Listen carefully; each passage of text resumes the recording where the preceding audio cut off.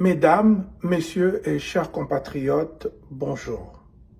Aujourd'hui, nous nous rassemblons pour célébrer le 3e anniversaire de notre indépendance. Un moment historique où notre cher pays, la République démocratique du Congo, a acquis sa souveraineté. En cette occasion spéciale, il est essentiel de rendre hommage aux pères de l'indépendance, Bolikango, Kasavubu, Lumumba, Kalonji, Bolia, Tshombe, Kamitatu et Sanza Mbutsa-Kanza, immortalisés dans la chanson Indépendance Tcha-Tcha de Kabasele, Grand Calais et Vicky Longoma. Ces hommes et femmes qui ont lutté avec une ardeur indomptable pour notre liberté, ces héros méritent notre éloge et notre reconnaissance pour leur patriotisme inébranlable, leur dévouement sans faille envers notre nation. Ils ont consacré leur vie à la cause de notre indépendance, rejetant toute forme d'enrichissement personnel au profit de l'intérêt collectif. Leur exemple est une source d'inspiration pour nous tous. Il est donc essentiel de préserver cet héritage précieux. Pourtant, malgré leur vision et leur sacrifice, nous ne pouvons ignorer la situation catastrophique dans laquelle notre pays se trouve actuellement. La réalité socio-économique est alarmante. Avec environ 80 millions de nos concitoyens vivant dans la pauvreté et en particulier 35 millions d'enfants souffrant de malnutrition et d'une alimentation déficiente.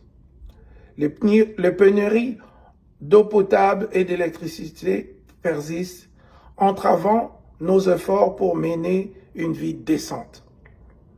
De plus, il est de notre devoir de condamner avec fermeté les dérives dictatoriales de notre président actuel, Félix Tshisekedi, arrivé au pouvoir à l'issue d'une fraude électorale et qui n'arrête à se placer au milieu entre le peuple congolais et son destin glorieux.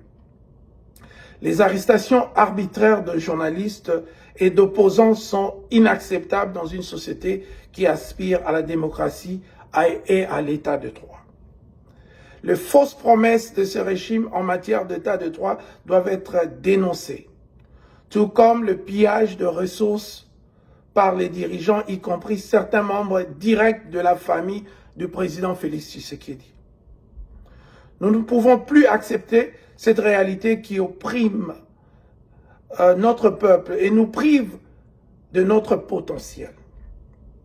Nous devons nous élever au-dessus de l'immobilisme et de l'immoralité politique pérenne prônée par ces régimes sans modèle économique clair. L'espoir réside dans notre volonté de devenir un peuple de nomades cosmopolites et sédentaires de l'éthique, comme l'a rêvé Bolia Bayenga, l'écrivain. C'est embrassant cette vision que nous pourrons surmonter les défis qui se dressent devant nous. Nous devons rejeter l'égoïsme, le tribalisme et placer l'intérêt commun au-dessus de tout. La véritable indépendance ne peut être atteinte que lorsque nous construirons une société basée sur l'éthique, l'intégrité, le respect des droits de chaque individu. En conclusion, j'allais dire, nous devons nous battre ensemble. Le travail de reconstruire ces pays est un problème qui touche tous les Congolais de tous bords.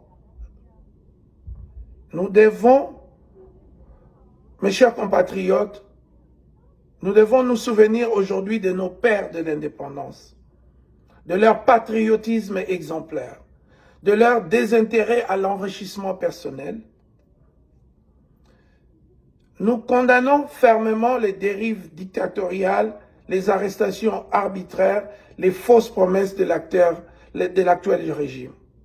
Nous reconnaissons les défis socio-économiques auxquels notre pays est confronté, mais nous gardons espoir qu'ensemble, notre désir commun de développement économique ne tarira pas. Notre volonté ferme de vaincre le mal domestique et externe est désormais au sommet de notre agenda. Les premiers pas, nous les faisons tous les jours en disant non au détournement de deniers publics, à l'absence de vision et à la médiocrité du régime actuel. Je vous remercie. C'était Olivier Bolia.